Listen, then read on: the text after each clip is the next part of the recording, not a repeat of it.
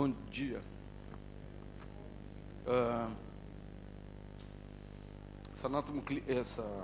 Esse Grand Round estava dedicado à pediatria e a gente, eu e o professor Jefferson, ficamos de achar um tema e resolvemos trazer um tema bem antigo, mas atual. Passa o próximo. Que é, na verdade, esse assunto sobre apendicite, né? O título do Grand Round a gente colocou, foi um pouco provocativo, assim, para que a gente se lembrasse da história um pouco. Esse sujeito aqui foi o McBurney, que no final do século XIX, ali, 1889, descreveu pela primeira vez o tratamento cirúrgico, né?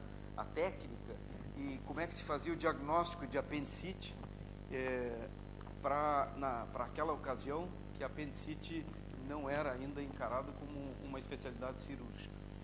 Pois bem, de lá para cá, tudo em medicina às vezes tem um back to the future, né? Tem que olhar um pouco para o passado para poder rever o passado e projetar o futuro, mais ou menos uma coisa assim. E aí a gente conversando com o Piva e o pessoal da pediatria, e tem uma meta-análise que saiu nova aí, desafiando um pouco o McBurney de novo, né? Quer dizer, será que o tratamento cirúrgico realmente é a primeira linha para todos os pacientes em todas as situações de apendicite? Aí essa semana eu estava conversando ali na Diva e me encontrei com o professor Prola. E o professor Prola disse assim: apendicite, passa para uma barbada. No meu tempo, a gente usava essa chave, dona do filé. Dona do filé? O que é dona do filé, professor? É o seguinte, passa. Pode passar? Dolor é uma expressão espanhola. Dolor epigástrica com náusea, que depois migra para fossa ilíaca direita, com febre leucocitosa, não tem outro diagnóstico. Entendeu? Então, o dona do filé que hoje a gente vai tratar é exatamente como abordar o diagnóstico, o tratamento e essa questão aí nova de como se trata a apendicite. Para isso a gente convidou o professor Renato Termignoni, que é professor de serviço de pediatria do Hospital de Clínicas aqui, o nosso convidado de fora, que é o professor Mateu Baldiceroto, que é da disciplina de patologia do Departamento de Patologia e Radiações da Faculdade de Medicina da PUC e professor do curso de pós-graduação de pediatria da PUC. E o tratamento cirúrgico versus o clínico, controverso, o professor Carlos Alberto Hoff Peterson, que é cirurgião pediátrico do hospital. Vamos começar? Quem começa primeiro, Termignoni?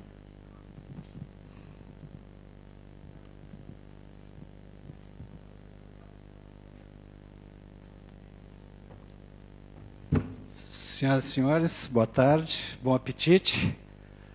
É uma honra ser convidado para esse encontro com dois colegas ilustres aqui. Eu estou lembrando, quando eu entrei em 85 como professor, a primeira mesa redonda que eu participei aqui no Clínicos como professor, era exatamente sobre apendicite, e fazia parte da mesa como cirurgião o João Luiz Pipsali, nosso grande colega, que hoje é chefe de serviço de urologia pediátrica do Sick Children's de Toronto. Então eu vejo muitos colegas aqui, muita honra estar aqui. Queria também dizer que a pediatria está em festa, houve um concurso para professor, né, a professora Patrícia Lago, parabéns para ela, bem-vinda agora, né, como professora aqui, foi aprovada. Tá. E tenho muito grande prazer, eu considero, talvez o Peterson é um dos caras que mais opera, eu costumo dizer que no Conceição eles vão operar 10 apendicites para cada uma que a gente opera aqui, ele opera muito lá. Talvez só o chefe dele, lá o Ketzer, opere mais apendicite do que ele. Não sei se ele ainda opera, vamos ver o que ele vai dizer depois, né? Pode passar o seguinte, por favor. Então, o que é esse tema? Eu gostei muito do título, né? Eu que estou com o controle aqui. Eu gostei muito desse título, né? E a pergunta, o que mudou do McBurney para agora? Não posso fugir do trocadilho e dizer para vocês, talvez, a única coisa que não mudou é exatamente o ponto do McBurney. Então, eu vou falar mais de arte aqui, da arte da clínica, do diagnóstico, que ainda é igual ao que fazia o McBurney. Talvez por isso ele é o McBurney, ele conseguiu entender bem, mas imagina que de 82 para cá, 1982, mudou muito, 85, né? Imagina do século passado, 1889.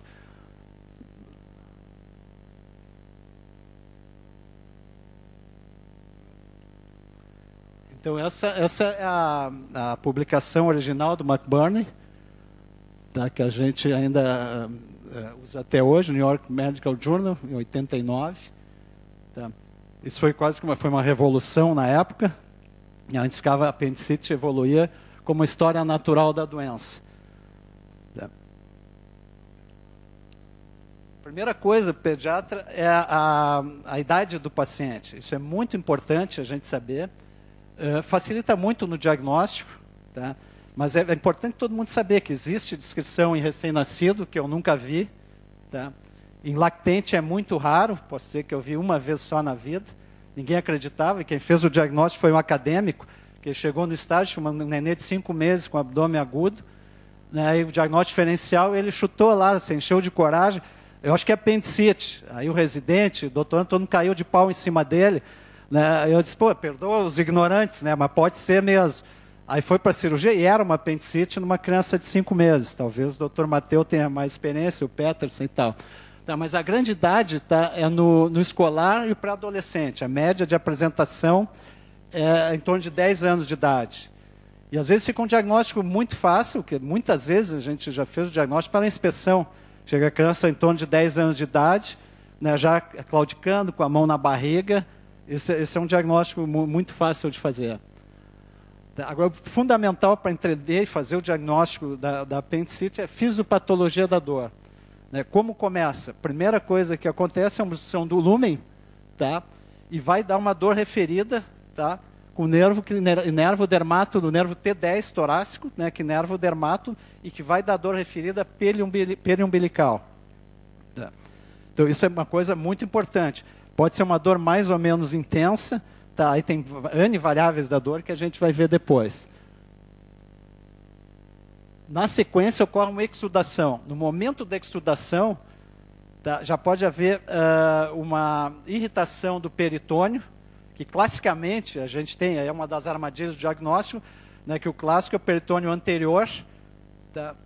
Então, se tem dor no peritônio anterior localizada exatamente no ponto de McBurney, é sinal que já houve uma exudação. Tá? Então, esse é um ponto importante, já está havendo extravasamento de líquido. Tá? Depois, esse talvez seja um ponto muito importante depois para ver na indicação cirúrgica, se não seria um momento bom de operar. Depois eu vou dar a minha opinião aqui, meter o meu pitaco antes de terminar. A partir daí, né, a localização da dor varia para onde drena, por local que haverá a exudação. Voltaremos isso em seguida. A ruptura, no momento que há uma ruptura, tá, aí outro vai ter uma dor mais localizada, conforme o bloqueio, que acontece mais na criança maior e no adulto. Quanto menor a criança, menos a chance de haver o bloqueio e ele tem uma dor abdominal generalizada. Tá, então, isso é uma coisa importante, inclusive, né, na indicação cirúrgica, na complicação, a idade da criança deve pesar muito, a chance de complicação pode ser maior. Mas em torno de 24 horas, tem N trabalhos, isso é uma média, tem várias citações, tá, que em 24 horas, 20% das apendicites agudas já estão rotas. Em 48 horas, 80%. Então, em 36 horas, é bem provável que vá haver ruptura. Certo? No momento que houver a ruptura, aí vai ter a dor local, ou com formação ou não de abscesso, ou uma difusão direta com dor difusa, que pode acontecer num primeiro momento, ou na história natural, no momento que forma um abscesso. Tá, se não é feito nada, ele vai evoluir com drenagem espontânea em 5, 7 dias, que pode drenar para o peritônio com peritonite, para o reto, para a bexiga. São coisas que não se vê praticamente, que é a história natural da doença. A gente interfere muito mais na coisa. As características clássicas de dor, né, o início da dor é uma coisa muito importante. Né? É muito importante o sintoma associado com o início da dor. É muito difícil na apendicite o paciente ter vômitos antes da dor. Tá? Uma coisa que marca que a partir do momento do início da dor a criança perde o apetite. Então é muito importante a gente identificar o tempo zero da doença. Tá? A localização, a gente já falou, a irradiação, a intensidade, em geral uma dor intensa, mais ou menos. Às vezes a gente tem apendicite, a criança caminhando, brincando, né? E na pediatria, aquela coisa, começa a acertar muito na estatística, né? O diagnóstico diferencial mais comum é gastroenterite. Então, às vezes, é uma dor muito banal, né? No início do quadro. Entende? O caráter da dor, que ela pode ser uma dor incólica no início, da atitude do paciente, no início, quando a dor é cólica, ele fica mais irritado, quando localiza, ele fica imobilizado, não se move, não mexe a perna, se drenar posterior, tem, às vezes aparecem sinais de irritação, abscesso até do músculo psoas-ilíaco. Tá? A evolução, como a gente viu, para onde ela vai irradiar, o tempo de evolução é fundamental. Tá? Sintomas associados importantes, a diarreia, como a gastroenterite é a causa mais comum de dor abdominal aguda em criança, principalmente criança pequena, onde o diagnóstico é mais difícil, tá? A diarreia da apendicite ela não é secretora, em geral ela é irritativa, tá? Com muito muco, tá? E com pouco volume. Tá? Isso é um diagnóstico diferencial importante que pode ajudar. Né? E o alívio da dor, tá? A posição que alivia, se alivia na palpação ou não. E aí uma coisa muito importante é uma discussão ética, né? O alívio da dor versus a precisão do diagnóstico. Né? Então já me ocorreu de a criança ter apendicite, vai para a cirurgia, foi muito bem, e depois de tudo bem, levar uma chamada do pai. Pô, doutor, o senhor está trabalhando direitinho, mas sua obrigação como médico seria aliviar a dor do meu filho. O senhor deixou ele 3 horas com dor abdominal até descobrir o que ele tinha. Então, isso é uma armadilha, principalmente agora com o raciocínio linear, que é uma característica da mente do médico hoje, é o raciocínio linear, sem usar muito a fisiopatologia, o diagnóstico diferencial, o entendimento dos sintomas. Entende? Então, começa a falar no direito do paciente, um dos direitos da criança é o direito a não sentir dor. Então, isso talvez seja um dos grandes erros que se comete, é o uso de antiespasmódicos, opioides, na criança tu não tem um diagnóstico muito definido. Então, essa interferência é muito importante. E também dá muita ansiedade, né? Tu está de plantão numa emergência, a criança chorando de dor na família, na enfermagem e na equipe médica. E todo mundo, não é só a família, né? Todo mundo cobra uma analgesia. Então, isso é uma coisa importante que a gente tem que levar em consideração. Certo? Aparecimento da febre, é importante para entender o aparecimento da febre. Tá na obstrução, tu não vai ter febre, a febre muito baixa, pela agitação psicomotora ou atividade física maior do paciente. E no momento da infecção é onde pode aparecer a febre alta. Isso é importante. E, inclusive, às vezes a criança, quando forma abscesso, ele alivia a dor e pode desaparecer a febre. Na história natural, quando rompe o abscesso, ele volta a ter dor, com uma dor generalizada de peritônio, e pode voltar a ter febre alta.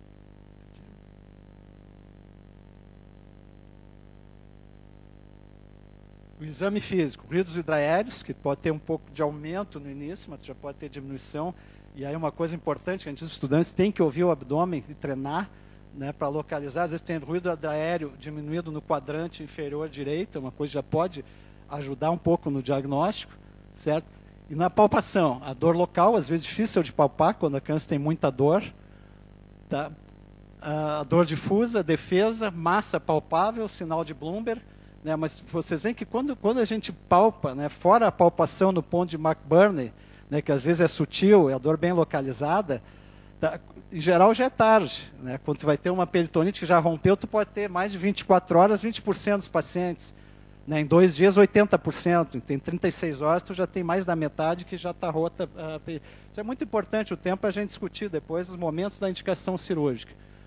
Tá. Por diagnóstico diferencial, é muito importante fazer o resto do exame físico. Por porção lombar, toque retal, toque ginecológico, exame ginecológico. Um diagnóstico importante é a doença inflamatória pélvica, principalmente meninas, adolescentes. A avaliação de vias aéreas, fundamental, uma causa muito comum de dor abdominal aguda e intensa na criança é a amidalite bacteriana com adenite mesentérica. Então, é importantíssimo examinar a via aérea superior e a ausculta pulmonar. Fundamental, principalmente pneumonia de base à direita, tá? Que pode simular um abdômen agudo exatamente igual ao apendicite, inclusive com abdômen tábua, com defesa. Tá? Isso é muito importante.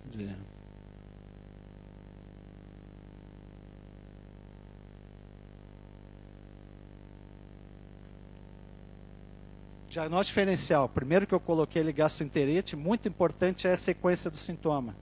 Tá? Na gastroenterite, frequentemente tem febre nos pródromos, náuseas e vômitos nos pródromos, depois diarreia profusa. né? Já começa com uma gastrite importante, às vezes dor no epigástrico. Tá? Uma coisa importante da dor é a idade do paciente, né? No adulto é tudo mais fácil. Agora, imagina a criança com uma dor abdominal com 1 ano de idade. Não vai dizer se é pênis umbilical, se é no ponto de McBurney, entende? Constipação intestinal, verminosa, importantíssimo, né? Inclusive causa de perfuração intestinal, principalmente ascaridias, infestação maciça, onde tu usa vermífugo, né? que é vermicida. Então, às vezes dá espasmo, é muito comum a gente ver abdômen agudo em suboclusão por ascaris, é importante. Influenza, muito comum, tu pode ter influenza, tu pode ter gastrite, tu pode ter a doença intestinal, tu pode ter miosite de parede abdominal, que é uma coisa que acompanha a influenza. Falei já nos outros, pielonefrite, então por isso a punho-percussão lombar.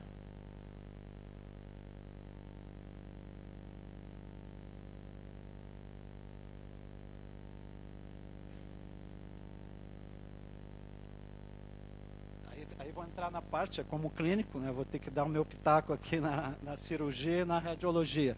Já deu para notar pelas imagens que eu mostrei ali qual é a minha ideia da apendicite aguda. Eu ainda acho que é uma especialidade cirúrgica, tem algumas situações muito específicas, talvez o tratamento clínico seja melhor, tá? E acho que é de urgência, inclusive. No primeiro momento é de urgência, depois de acontecer muita coisa, pode ser letiva. O Peter vai explicar bem isso para vocês. Tá? Mas para mim o ponto bom de operar, fazer apendicectomia, é lá nas primeiras 24 horas, onde está localizado, tem os primeiros sinais da exudação. Certo? Hoje em dia, assim, aqui tem uma troca interessante, né? O clínico está confiando muito no tratamento do pediatra, aliás, o cirurgião confiando muito no tratamento do pediatra clínico e o pediatra confiando muito no tratamento do cirurgião, principalmente com as novas técnicas, né, de incisão única umbilical ou laparoscopia. Então, muito melhor tu ter uma criança operada, em 2 dias ela está em casa, às vezes nem antibiótico tu usa, certo? Aí a outra opção é tu poder usar antibiótico nessa fase inicial e não operar. Então, só que a cirurgia hoje está muito facilitada, né, de quando. Antibiótico é uma coisa importantíssima, né? Quem tu vai cobrir? Vou dizer que talvez a mortalidade da apendicite aguda é muito baixa. Eu vi uma vez na minha vida um paciente morrer de apendicite aguda. 7 anos de idade, 1980, eu era R2 aqui no Clínicas, tinha vindo um médico da Alemanha, tinha feito estágio lá, com a novidade que não se tratava mais apendicite com cirurgia, que era um tratamento clínico.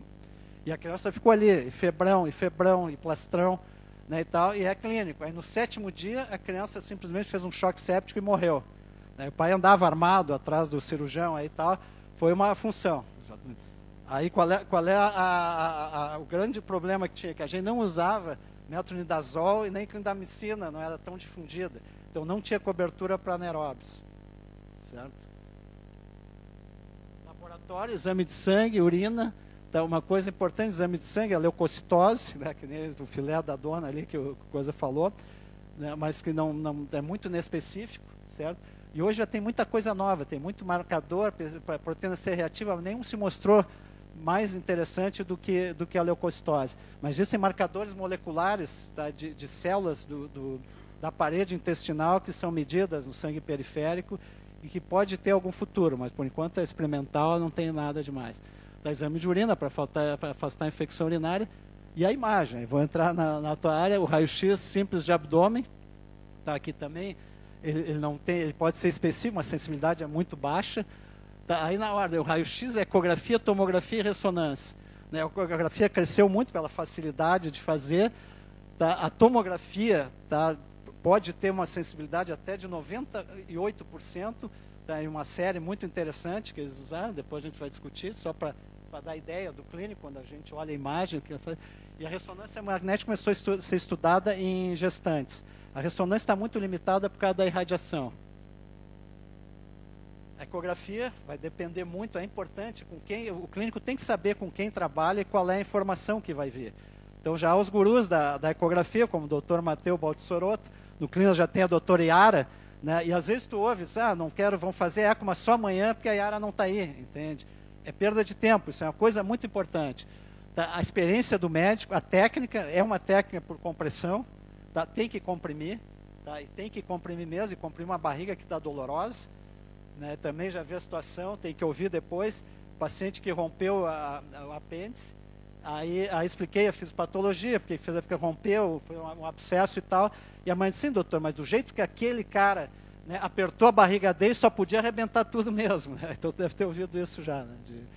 Certo? Aí o que a gente vai ouvir aí do ecografista? Isso é fundamental. Se identificou ou não o apêndice, tem um valor, não tem identificado, tem um valor preditivo negativo, aí normal, aumento do dia, massa ou coprolito. Então eu queria trazer aqui, eu tenho uma bibliografia muito simples, quis mostrar para vocês que o diagnóstico clínico é mais arte do que estatística, do que informação. Mas essa bibliografia é importante, isso é o tratado, é de 94, é o melhor tratado de pediatria que eu conheço, do Children's de Boston, e esse pessoal aqui de baixo é o pessoal que fez que é o pessoal responsável pela emergência do Children's de Boston. Então, agradeço a atenção, passo a palavra para o colega.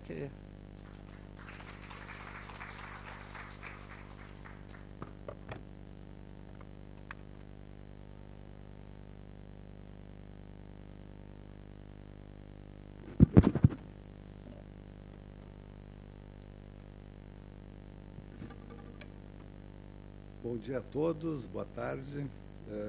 Inicialmente, agradecer o convite do professor Jefferson Piva para participar desse importante round do Hospital de Clínicas, é uma honra. Para falar desse assunto tão importante que é o diagnóstico por imagem da apendicite aguda. Bom,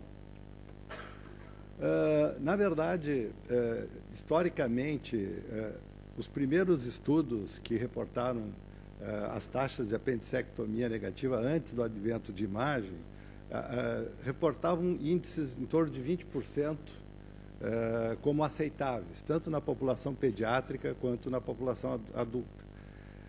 Inclusive, antes do advento da imagem, né, tem estudos que falaram de uma prevalência de cerca de 40% de apendicite negativa em mulheres com idade reprodutiva. Então, são índices bem elevados. Na verdade, a imagem começou a entrar no diagnóstico da apendicite aguda, primeiro com Poulailler, um pesquisador, um radiologista holandês, que publicou em 86 um estudo de casos, uma série de casos, demonstrando o valor do ultrassom no diagnóstico da apendicite, e cerca de uns 10 anos após, uma década após, Rao também publicou um estudo demonstrando a importância da tomografia computadorizada, e a partir desses dois estudos a imagem começou progressivamente a ganhar um espaço. Inicialmente, o radiologista não tinha muita experiência, existia muito falso negativo, falso positivo, mas foi se criando um expertise, não só, digamos assim, aqui no Brasil, outros estudos vieram e essas técnicas foram aprimoradas. Bom, na verdade, o impacto da imagem no diagnóstico da apendicite aguda, infelizmente, não foi muito bem estudado. Um dos poucos autores foi Krajewski, que é um cirurgião canadense, que publicou uma meta-análise exatamente para determinar o impacto da imagem no tratamento e no, digamos assim, no outcome da apendicite aguda. Ele tinha nessa revisão, nessa meta-análise, dois objetivos: comparar a acurácia do diagnóstico clínico, quer dizer, a impressão clínica antes da TC, com a acurácia da TC, e o desfecho era o cirúrgico. E um outro objetivo, que além desse aqui, ele procurou artigos que, além desse objetivo, também compararam a acurácia de estudos anteriores à era pré-TC e a era pós-TC. Interessante, foi um estudo de 80 a 2007, que somente foram incluídos os pacientes adultos, e que os estudos determinaram a taxa de apendicectomia negativa, o tempo que levou para o paciente ser operado, e a taxa de perfuração. Interessante, assim, dos resultados, né? Se a gente comparar a taxa de apendicectomia da impressão clínica versus a impressão radiológica, nós vamos ver que a taxa de apendicectomia negativa da impressão clínica, ela é o dobro, né, de quando a gente coloca a TC, mostrando assim uma importante ajuda da TC no diagnóstico desses casos. E se a gente comparar a era pré-TC com a era pós-TC, nós vamos ver que as taxas praticamente eram o dobro, né? Então, isso foi um estudo extenso, praticamente em todo o território americano, a maior parte dos artigos. Também, essa meta-análise demonstrou que a TC ela faz com que a cirurgia se retarde um pouco. Entretanto, a taxa de perfuração, né, a gravidade da doença na era pré-TC e na era pós-TC não apresentou diferença. Bom, os estudos de sensibilidade e especificidade em relação a TC e ultrassom, esse é um dos principais estudos de meta-análise sobre o tema. Eles, em geral, demonstram uma ligeira inferioridade ou uma ligeira superioridade da TC em relação ao ultrassom no diagnóstico da apendicite aguda. Isso aí, a causa vai além dessa apresentação. As recomendações desse estudo falam que em crianças, pacientes magros, nas grávidas, a gente deve inicialmente fazer o ultrassom, os obesos e nos casos mais graves da TC, e nos pacientes, nas pacientes grávidas em que o ultrassom foi inconclusivo, a ressonância magnética. Mas qual é a real acurácia, né, desses métodos? Por que existe, na verdade, uma certa discrepância? A gente vê que, em geral, os americanos têm uma taxa de sucesso no diagnóstico muito baixa. A acurácia, em geral, é em torno de 76%. Esse estudo aqui, ele associou ultrassom e, nos casos inconclusivos, tomografia, e chegou a 94%. É um pesquisador de Boston, e então essa é mais ou menos a realidade de todo o território americano. E aqui eu queria falar assim, o que acontece, especialmente na maior parte dos países europeus.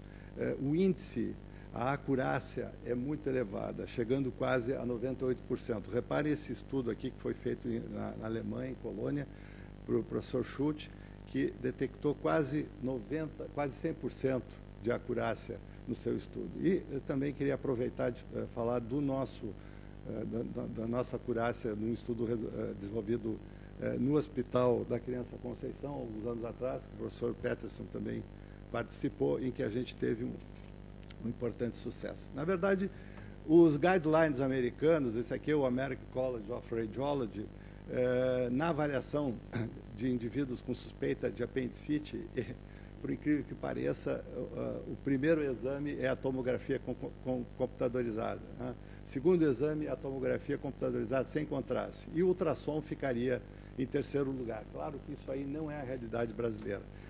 Entretanto, o ultrassom ainda tem um papel, né? E dos estudos, dos poucos estudos selecionados para fazer esses guidelines, eu tive a alegria de ter o nosso estudo citado como um estudo de referência para o diagnóstico da apendicite e para ser seguido em relação à sua metodologia. Eu só queria falar um pouquinho, e até entrando um pouquinho na aula do professor Renato, que o nosso estudo ele teve uma coisa diferente, que ele procurou mostrar que o apêndice ele não está sempre na fossa ilíaca direita, que o apêndice ele pode estar numa posição retrocecal junto ao fígado, que ele pode estar mais profundo na pelve, que ele pode inclusive estar na fossa ilíaca esquerda, e que nem sempre a gente precisa comprimir o abdômen da criança para fazer o diagnóstico. Por exemplo, se o paciente tem um apêndice retrocecal, o apêndice retrocecal ele vai estar numa posição, se abordado pelo flanco, na linha axilar posterior, em que praticamente a gente não tem superposição de alças intestinais, e ele vai ser facilmente identificado sem compressão, com essa técnica que nós estamos utilizando aqui. Aqui nós podemos ver casos lá do Conceição, caso antigo, o apêndice numa posição retrocecal, junto do fígado, o rim direito, aqui um outro apêndice também retrocecal, facilmente identificado, cerca de 15, 20 segundos, o diagnóstico já está feito. Uma outra coisa importante assim, desse estudo foi mostrar que, isso tanto em criança quanto em adulto, que o apêndice, quando ele está numa posição pélvica profunda e está inflamado, ele fica aderido, né, na pelve. E a gente pode distender bem a bexiga e utilizar a bexiga urinária como uma janela acústica. Aqui nós temos um apêndice no fundo de saco, uma menina, e aqui uma outra criança que veio para investigar uma possível infecção urinária ou cálculo, e na verdade tinha um apêndice junto da bexiga. Bom, também como foi falado anteriormente, é importante, né, a gente ver o apêndice inflamado na apendicite aguda, mas no indivíduo que não tem apendicite aguda, a gente descrever o apêndice normal. E o apêndice normal, pessoal, dá para ver uma quantidade, uma percentagem bem alta. A mesma coisa na TC, a mesma coisa na TC. Aqui um apêndice normal, aqui um apêndice inflamado com fecalito, né? Aqui também a gente teve a oportunidade de fazer uma pequena contribuição, mostrando a importância da detecção do apêndice normal, que pode ser identificado nos indivíduos que não têm, obviamente, apendicite, em 50% a 80%, especialmente em crianças e pacientes magros.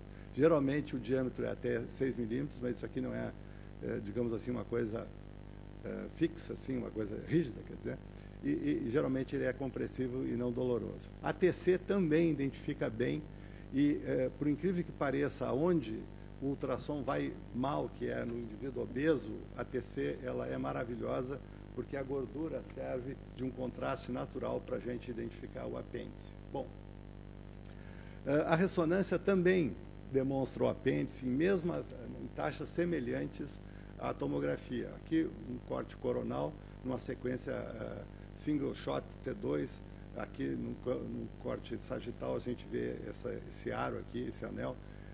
É um exame que demora em torno de 10 minutos. Reparem essa grávida aqui que fez ultrassom, uma paciente com uma dor abdominal intensa. A ressonância aqui no corte coronal, aqui a gente vê o útero com feto. No corte coronal, corte sagital, a gente observa o seco e o apêndice secal bem inflamado, bem aumentado em relação ao normal. E aqui no corte sagital, o apêndice se insinuando entre o útero grávido e o psoas. Na verdade, a ressonância entra obrigatoriamente na gestante que tem suspeita de apendicite aguda e que o ultrassom deu inconclusivo, com uma acurácia altíssima. Então, é um método, e o importante da ressonância é que ela não é lesiva ao feto, entende? Porque ela usa magnetismo e onda de rádio, não tem nenhum efeito.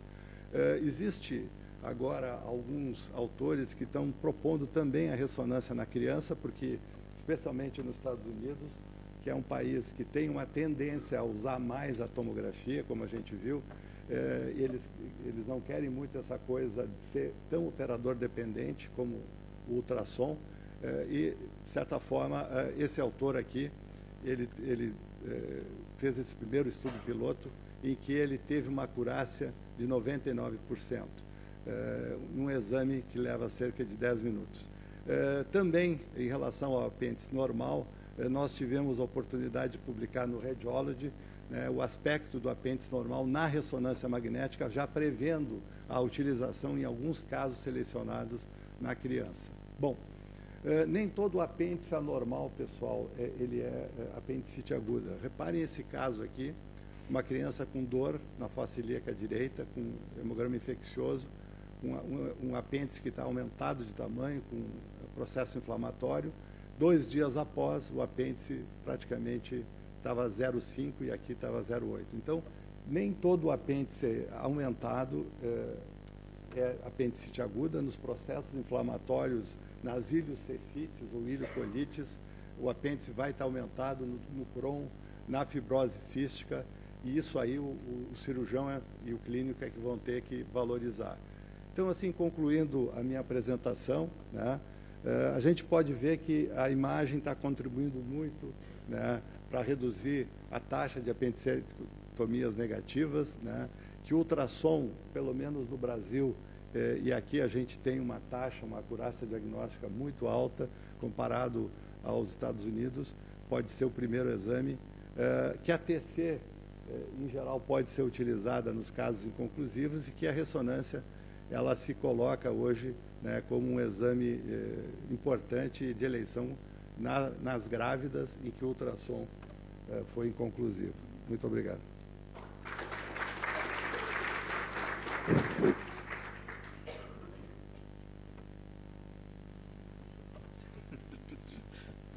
Tá ali, para frente, para trás. Beleza. Bom, agradecer ao professor Piva pelo convite. Inicialmente achei que ia falar sobre apendicite rota bloqueada, que é algo consenso e tal. Daqui a pouco vamos puxar um levantamento histórico. Então, acho que é para tentar entender o que a gente trata, como vamos tratar e as consequências do tratamento. Então, entender a evolução natural da doença, o que a gente consegue com as cirurgias, quais são as complicações também do tratamento. Onde que vai isso aqui? Vai lá. Pronto. Estou apertando errado, está aqui. Bom, a patogênese, para puxar o que o professor Renato apresentou, a gente tem deu uma diferença em termos de layout aí acho que a minha letra não tinha no computador, vai ficar meio feinho. Bom, mas a patogênese, a gente acreditava, eu coloco acreditava no passado, mas assim que a obstrução da luz apendicular por fecalito, por corpo estranho, por folículos linfóides seria a causa da apendicite. A proliferação de germes, a história é basicamente essa: a proliferação de germes distenderia, isquemia da mucosa, passagem de germes intraluminal para a circulação, e aí inflamação do apêndice, onde ele vai encostar vai trazer dor, que a gente entra aqui no peritônio visceral, que é a serosa, o nervo vago e simpático. Então a irritação da serosa leva à paresia ou à paralisia do músculo liso. Tem uma frase de um dos livros que eu estava revisando que é assim, que a dor visceral é uma dor mal definida pelo paciente e pessimamente interpretada pelo médico. Acho que isso é uma das coisas assim que a gente, em todas o quadro inicial, isso é importante para definir a conduta no futuro. Quando já tem doença no apêndice e ele está encostado no peritônio parietal, o tipo de inervação, aí é uma inervação já periférica, que ele leva à contratura da musculatura e à identificação do ponto de dor. E que é o ponto do McBurney lá, que é o ponto, digamos, mais clássico, embora seja o menos frequente, acredito. Acho que não é o mais... E interessante, tem um trabalhinho, depois eu enxertei ele aqui, que é o aumento da pressão intrapendicular não parece ser um fator importante da patogênese da apendicite. E isso vai mudar, inclusive, em termos de tratamento, se é cirúrgico ou não, se não... Então, tem esse trabalho que é publicado na American Journal de 84, onde foi medido a pressão intraluminal do apêndice durante a apendicite, para tentar identificar, e, para surpresa, não era um fator significativo. Então, qual é a perspectiva que se tinha lá no início no final do século XIX, até metade do século XIX? As apendicites, pelo próprio trabalho do McBurney, ele leva que a mortalidade era 25%. Então, tu teria uma evolução do quadro e talvez resolução, com sucesso em 75. Pensar em só hidratação, só suporte, muita oração, para conseguir sair de um quadro de uma sepse. Esse aqui é um quadro que a gente passou um conjunto de cirurgiões pediátricos em congresso, passando no Louvre. E, olha, isso aqui é um diagnóstico de apendicite. Chegamos tarde, perto de 200 anos depois, mas pelo jeito é isso. Então, na história, há muito tempo tem os sintomas descritos, há mais de 500 anos, a doença permaneceu um mistério até o final do século XIX. As autópsias começaram a atribuir como sendo responsável pelo quadro que chamava de tiflite, peritiflite, retrotiflite e todos as tiflites, parecia ser decorrente da perfuração do apêndice. Aí o Reginald Fritz, em 86, até referendado pelo McBurney no trabalho dele, como sendo o que cunhou o termo de apendicite. Ele, em 86, ele definiu, mas a primeira apendicectomia é de 1735, mas isso aqui, drenando um abscesso escrotal, saiu um apêndice inflamado. E Morton, em 87, atribuída a primeira apendicectomia intencional dos Estados Unidos. Tinha mais um textinho abaixo, que é os trabalhos de McBurney, mas eu acho que a gente puxa aqui. Então, aqui é o trabalho do Fitz, de outubro de 86, E aqui são o segundo e o terceiro, que ele tem o primeiro em 89, que o Renato trouxe. Esse trabalho é super interessante, onde ele descreve 24 casos, e tu consegue, lendo o artigo, quase te reportar a enfermaria dele, porque assim, a febre, como é que evoluiu e tal. Então, e esse aqui, a incisão, que é de 94, que ele prescreve, que ele descreve. E aqui a indicação precoce antes de ter a tiflite. Esse é o ponto, assim, digamos, mais marcante, em termos de tentar fazer a apendicectomia antes de ter a complicação, que é o abscesso, que é toda a evolução do quadro infeccioso. Isso acho que ficou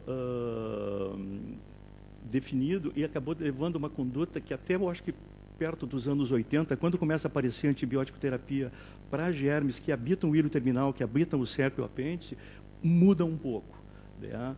Tinha até a figura que pessoas que iriam para lugares ermos, sem recursos e tal. Aqui tem a história contada sempre para os velhos professores, que chegavam e diziam, olha, vem o fazendeiro trazia o filho para fazer apendicectomia, porque daqui a pouco podia fazer um apendicite durante a época de safra, quando ele tivesse sem dinheiro. Então, tem as histórias que vira folclore, mas tem a profilaxia da apendicectomia para quem fazia viagens a lugares remotos.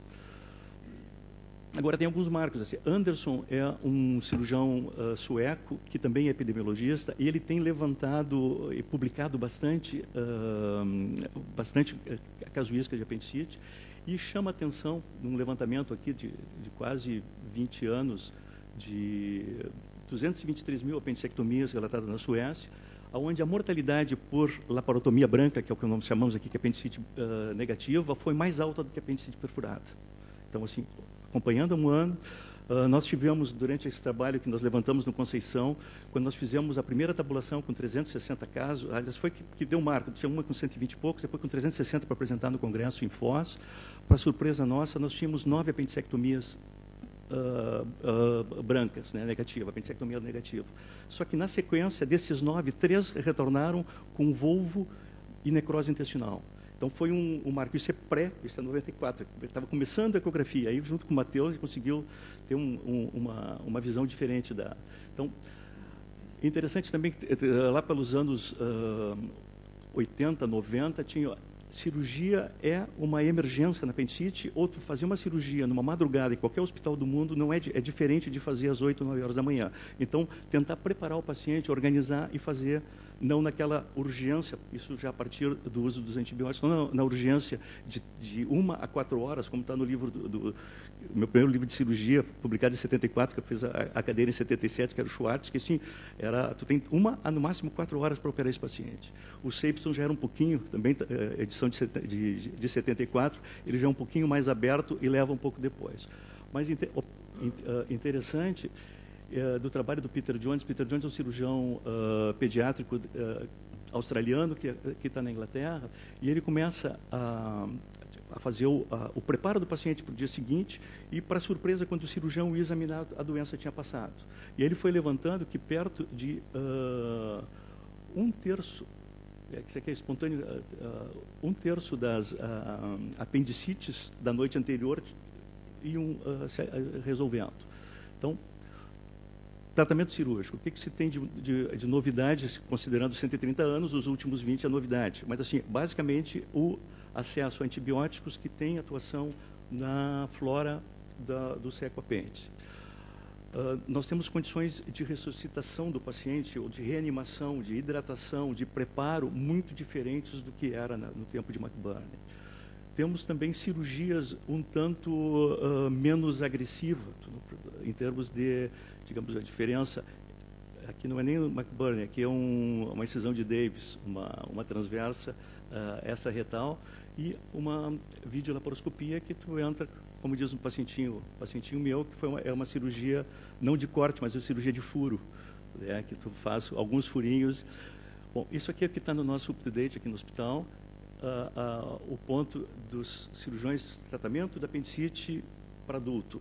E aí entra a apendicectomia tradicionalmente de 15%, e que com as imagens conseguiu diminuir para 10%, mas que o grande ponto é o diagnóstico rápido, o diagnóstico e a cirurgia assim que possível. Aí nós vamos ver o que está na up-to-date. Na tratamento da apendicite dos pacientes pediátricos, entra um pouco mais com essa visão mais conservadora e tendo a preocupação na acurácia, na certeza diagnóstica e não, digamos, tolerar tanto a laparotomia branca, que tem os antibióticos são mais eficientes para reduzir os índices de complicação, a tomografia e a CT alivia e as cirurgias estão melhorando. Tratamento conservador. Aí entra a grande... Tem alguns trabalhos que começam lá, acho que final de 90, que a UCLA começa a apresentar trabalhos de só tratamento antibiótico terapia e suporte. Depois, o Anderson leva isso depois, eu vou deixar para o finalzinho. O que nós temos assim, na apendicite complicada, aquela que já fez o que era chamada de tiflite, ou seja, a doença já evoluiu para perfuração e coleção. Nós temos hoje, assim, quase, nos cirurgiões pediátricos, pelo menos do Sul e boa parte dos europeus, em termos de tratamento, primeiro de suporte, às vezes com drenagem, antibiótico terapia, e tentar auxiliar na resolução que está indo. Nós estamos pegando aqueles 75% que chegaram um pouquinho tarde, mas estão lá do pré-McBurney, pré-cirurgia precoce. Então, dar esse suporte e acompanhar quadros de obstrução intestinal igual à cirurgia, crianças que não respondem 48 horas ou têm igual à cirurgia, senão fazer a resolução com antibiótico terapia e suporte do quadro infeccioso e fazer ou não a apendicectomia postergada. Isso assim já começa, nos meus livros lá de 74, tanto o Sapeston, o Schwartz, quanto o Sapeston já traziam isso, embora meio escondidinho, assim, quase citado hoje em livro de cirurgia pediátrica, é bem aceita o esquema, a proposta terapêutica de fazer uma apendicectomia postergada, e do norte da Europa, tem um trabalho também do Canadá de 96, que foi o que me levou a adotar, de não fazer segmento dos pacientes sem apendicectomia. Eu tenho um grupo que não está tabulado, mas tem um grupo grande, perto de quase 100 pacientes, que grosseiramente perto de 25% a 30% é que vão fazer recidiva. Bom, esse aqui é o trabalho que é do Anderson, que é esse cirurgião sueco, que ele é para comentar sobre essa evidência ou não de fazer só tratamento clínico. O trabalho que dá uma comentada, ele dá uma questionada, é exatamente assim: fazer apendicite, começar tratamento, se não evolui adequadamente, então vai para a cirurgia. Aqui, 558, apendicite aguda, direto cirurgia em 111 casos, 442 começaram com antibióticos, 100 fugiram, 342 ficaram 1 ano, 304 ficaram 1 ano sem apendicite e tiveram recorrência em menos de 1 ano, um grupo de 38 pacientes. O questionamento que o Anderson faz nesse trabalho de tratar inicialmente só com antibióticos, com antibiotiterapia, é que o tratamento não operatório, ele está tratando provavelmente pacientes que iriam evoluir. Nós temos um terço ali que iria evoluir. Ele levanta, esse aqui, usando antibiótico em primeira linha de tratamento, está associado com moderado decréscimo de apendicectomia. Esse trabalho relata 26%. Em contrapartida, está tratando 32% a mais de paciente. Ou seja, são pacientes que iriam resolver espontaneamente, daqui a pouco, é o que eu acredito, estão sendo tratados com antibióticos pensando em apendicite. Então, ele tenta dar uma ideia que, quando é que tu pensaria em fazer tratamento inicialmente com antibióticos, sem cirurgia? Então, risco anestésico proibitivo, é o exemplo que ele cita no artigo, infarto de miocárdio. Paciente, que tem uma recusa à cirurgia. Pacientes que ele coloca no meio pacífico, antiespacial, submarino nuclear, ou seja, sem acesso a cirurgião pediátrico, indicação também de começar a fazer. aquele que teve um diagnóstico inicial de apendicite e quando chega o cirurgião no dia seguinte para operar ou para fazer a intervenção, teve melhora, então segue com o tratamento antibiótico. Obesidade mórbida, ele entra como também uma das propostas. Mulheres grávidas, com apendicite inicial, ele chama de leve, apendicite leve, ou seja, que a sintomatologia não é muito significativa, porque, digamos, aumentaria o risco de aborto nesse procedimento cirúrgico, nesse período de tempo. Pacientes com diagnóstico puramente ultrassonográfico ou com TC, com tomografia computadorizada, sem sintomas clínicos. Isso, o Matheus trouxe bem ali um quadro ilustrativo, que num dia está com apendicite, no dia seguinte recusou. Então, a apendicite negativa reflete a acurácia do diagnóstico. Então, chegava a tempos que se achava que cirurgiões que estavam operando menos de 20% de laparotomia branca estavam operando tarde. Então, deveria acelerar isso. Então, na época de McBurney, a prioridade era a urgência do tratamento. No Anderson, é a prioridade para o diagnóstico correto para evitar as complicações. Então, o que a gente leva? A apendicectomia é uma religião, o cirurgião acredita nisso, o clínico acredita e não pensa e segue, é dogma. Né? Não tem o que mudar. Siga a sua religião e vamos ver as complicações de um e de outro, depois pode ser que as coisas... O grande viés realmente é as apendicites iniciais. Então, que seria aquele que seria adequado, porque muitas teriam, digamos, diagnosticadas como apendicite inicial e na realidade, como apendicite, e na realidade não seriam ou teriam a involução. Uso para casos selecionados, então é aquele levantamento que ele faz e que no fundo o que a gente precisa são bons trabalhos para melhor definição. Acho que basicamente é esse o ponto. Acho que é um campo aberto para se discutir e vamos ver o que a gente muda de religião, não muda de religião, o que a gente vai fazer. Agradeço.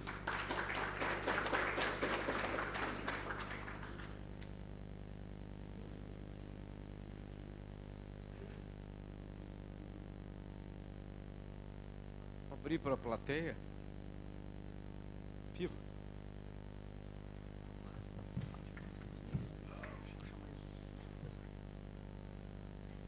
Não sei se os cirurgiões ou os clínicos estão indo embora, mas... Estou achando que... Tem uns... Alguém tem alguma pergunta?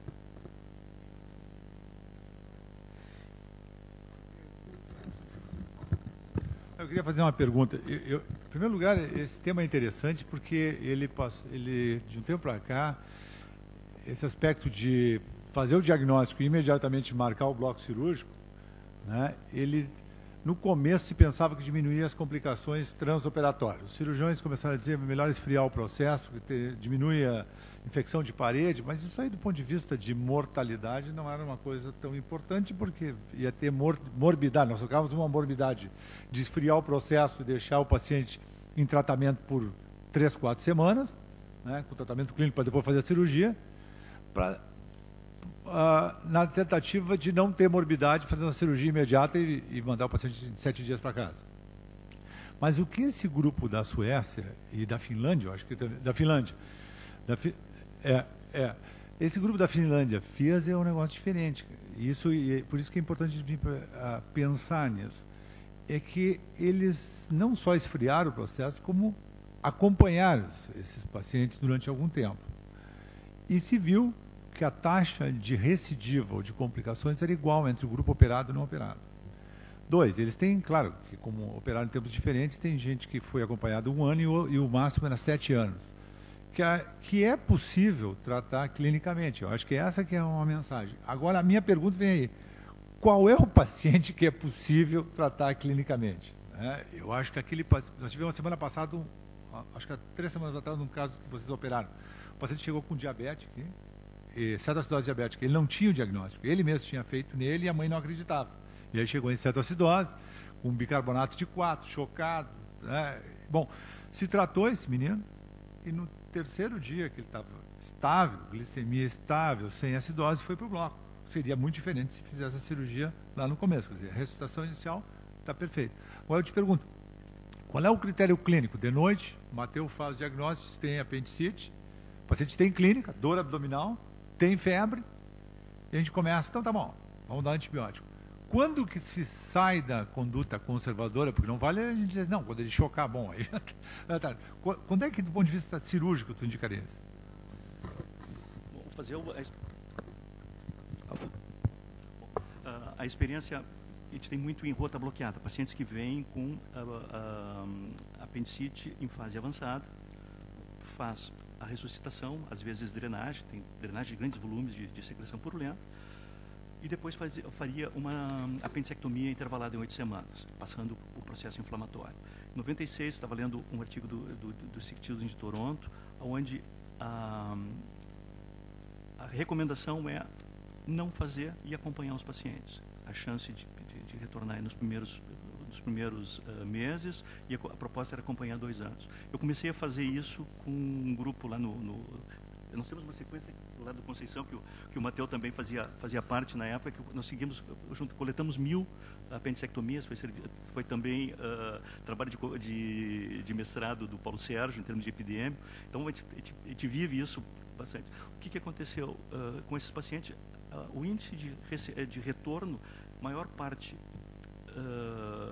no primeiro ano, em torno de, grosseiramente, assim, não está tabulado o científico, mas em torno de 17% desses pacientes nós tivemos que reoperar no primeiro. Só tratamento clínico, o restante tudo acompanhado. Tem paciente que eu tenho acompanhado desde 97. E voltam uns homens lá, agora é uma vez a cada 2 anos, para saber o que aconteceu. Então, de resolução. Com apendicite complicada, com abscesso, com coleção, então uma fase diferente desse trabalho, que é tu começar o tratamento não complicado. Aí a gente se vale das histórias, começa a ficar velho. Eu tive uma manhã de sábado que a minha filha estava com dor, a Carolina com dor abdominal, levei para um colega, que era o Paulo Sérgio, para operar, porque era um apendicite, com náusea, vômito, com dor celíaca, segura um pouquinho, na época não tinha ecografia, faz um raio-x, está com o apêndice dela até hoje, porque passou esse quadro de sintomatologia até lá. Era um apendicite que não tomou antibiótico, não tomou nada, porque o Peter Jones coloca aí que 1/3 dos quadros iniciais, e isso acontece também conversando com patologistas, que é difícil às vezes dar diagnóstico de uma apendicite que tu me manda, tem ecografia dizendo que é apendicite, tem história clínica que é apendicite, só chega no anado patológico, não tem. Né? Então, tu tem alguns quadros que nós estamos chegando hoje, principalmente no consultório, muito cedo. Às vezes, naqueles primeiros próprios, isso é difícil de ter na emergência do Clínicas, na emergência do Conceição, onde a grande maioria demora tempo a ter acesso. Então, a gente está chegando no outro ponto. Eu queria explorar um pouquinho o Baldiceroto. Você falou aqui raio-x simples para diagnóstico de apendicite. Como é que é isso? Bom, na verdade, o raio-x, como foi falado pelo professor Renato, ele é importante quando a gente não tem uma outra opção. Tá? Na verdade, o raio-x ele acaba ajudando muito mais a detectar outras doenças que eventualmente estejam simulando apendicite, como, por exemplo, uma pneumonia de base. Tá? Entretanto, os achados do raio-x são muito inespecíficos. O único achado específico na criança é o fecalito. No adulto, o fecalito ele pode ser um achado normal. Deixa eu te fazer uma pergunta, assim, considerando que nós não temos os baldicerotos de plantão nas emergências, né? Que nós temos uma grande juventude que se inicia na radiologia e o método de eco é o primeiro que ele consegue um emprego. Como é que fica essa questão do diagnóstico na emergência? O raio-x não é bom, o eco, o sujeito é inexperiente, a gente vai partir para a tomografia ou nós vamos fazer ressonância magnética, o risco da radiação, o custo disso, tu podias comentar um pouquinho isso? Com certeza, não. É interessante essa pergunta porque realmente assim, isso a gente já fez na PUC, estudos, a performance do residente do diagnóstico da apendicite, ela é muito baixa. Né? Já o ecografista do staff, ele já tem uma acurácia maior, um desempenho melhor, e à medida que a pessoa vai envelhecendo, vai ganhando experiência, vai aumentando, né, a sua precisão. Mas a gente não pode ficar, digamos assim, nessa situação. Por isso, os americanos são muito práticos em relação a isso. Eles colocaram, digamos assim, o diagnóstico num método que A pessoa lá na emergência pode abrir uma tomografia e fazer o diagnóstico. O que eu acho que vai acontecer? Né? É uma coisa que já está acontecendo nas emergências. O emergencista já está fazendo ultrassom numa série de situações, entende?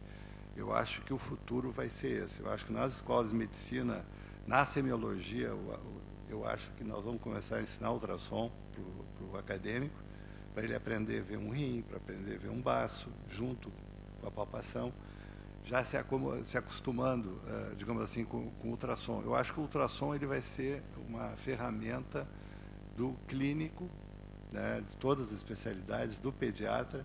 Agora, o professor Jefferson também está com um projeto de levar o ultrassom para as UTIs. A UTI pediátrica, muitas UTIs já têm o seu ecógrafo. Então, eu acho que o futuro vai ser esse, a gente instrumentalizar o emergencista a fazer ultrassom. Eu queria fazer uma pergunta para o Termione. Uma preocupação que a gente sempre tem é com a hiercínia, que é as tais das falsas apendicites. Qual é a prevalência disso? A hiercínia pode dar realmente? Pode dar abdômen agudo, Campylobacter também. E aí o diagnóstico, às vezes, é clínico, tu trata na possibilidade, coprocultura, que pode negativo, hemograma. Mas o que eu queria falar aqui é muito importante, a gente está discutindo, na verdade, uma doença que a mortalidade é 0,1% ou zero mesmo, em alguns casos. Então, o problema da mortalidade está resolvido.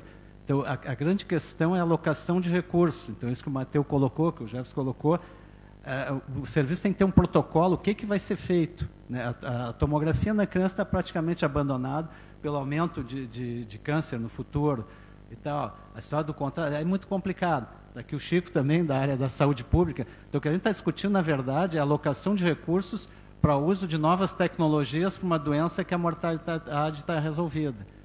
Fora a coisa humanitária do sofrimento. A gente acompanha uma criança, né, que faz uma apendicectomia por uma laparotomia, ou laparoscopia, né, com incisão umbilical, não fica cicatriz nenhuma, em 2 dias ele está em casa, às vezes sem tomar antibiótico, sem nada. Será que esse aí seria o que resolveria sozinho ou não? Não dá para saber. Então tem que criar uma estratégia. Então essa estratégia, por exemplo, e qual é a meta que a gente tem? Por exemplo, tem um serviço americano que tinha a meta de diminuir as cirurgias em branco. Eles tinham 26% há 18 anos atrás, em 18 anos foi para 1%. Só que eles faziam 1% de tomografia e começaram a fazer 98% de tomografia. Então o custo é muito grande, né? Então, qual é a meta que nós queremos atingir? Como é que nós vamos estruturar a nossa emergência? Eu achei um dado interessante nessa meta-análise, assim, que foi o que motivou esse Grand Round, tratamento cirúrgico clínico, que na apendicite, me corrijam se eu estiver errado aqui, na apendicite não complicada, sujeito jovem, tá, 15, 20, 25 anos, dor, esse quadro clássico assim, inicial, não tem nenhuma complicação cirúrgica, não perfurou, não tem abscesso, não está séptico, não tem nenhum contexto clínico maior, que é a grande maioria das apendicites. Se vocês adotarem a estratégia conservadora, nós vamos estar acertando em 70% das vezes. 30% das vezes tu vais errar, porque esse sujeito vai piorar, tá certo? Esse é o resultado dessa meta-análise. A gente poderia tirar isso como a conduta inicial para apendicite não complicada e observar 24 horas com antibiótico e ver para que lado vai. E se esse paciente persistir com dor, a leucocitose, o quadro ficar arrastado, aí indicar a cirurgia? Sim ou não? Porque isso é uma questão de conduta importante para as nossas emergências, entendeu? O que nós vamos fazer com as apendicite hoje? Porque essa meta-análise, ela balançou. Eu acho que exatamente as últimas frases ali do Anderson. Acho que tem que fazer um protocolo de investigação para conseguir saber essa verdade. Eu acho que é muito, digamos, só em cima desse... Eu acho que tem muito viés, assim, aparentemente tem muito viés. Estão tratando mais, estão considerando 32% mais pacientes que não teriam tratamento nenhum, eles estão entrando dentro do estudo. E tu está tendo, além do estudo, em todo, se não eu falho a memória, 26% o quadro de evolução para complicação. Então, tu está agregando um volume maior de pacientes tratados que não precisariam ser tratados, porque simplesmente a observação resolveria o caso. Exemplo da minha filha, né, que está até hoje lá com o seu apêndice e sem cicatriz no abdômen. Ou tu agrega, né, digamos, tratamento a mais um grupo grande sem necessidade. Então, às vezes, o tempo, ele chama, Então, pode chega ser na uma emergência. conduta Eu acho que interessante. eu acho que pode ser, mas eu acho que se for fazer algo assim, é algo que talvez seja significativo até para a comunidade médica Pra global, nós aqui, mas A única coisa assim, que é importante falar da imagem é exatamente que a imagem ela ajuda o cirurgião a saber a extensão do processo. Tá? Então, uma coisa é tu segurar uma apendicite que está bem inicial, né? E outra coisa é uma apendicite que está perfurada com líquido livre. Né? Então, isso aí ajuda muito o cirurgião a tomar uma conduta muito mais segura. Né? Algum comentário, alguma pergunta? Então, encerramos no time. Até a próxima quarta. Um abraço, obrigado. Muito obrigado.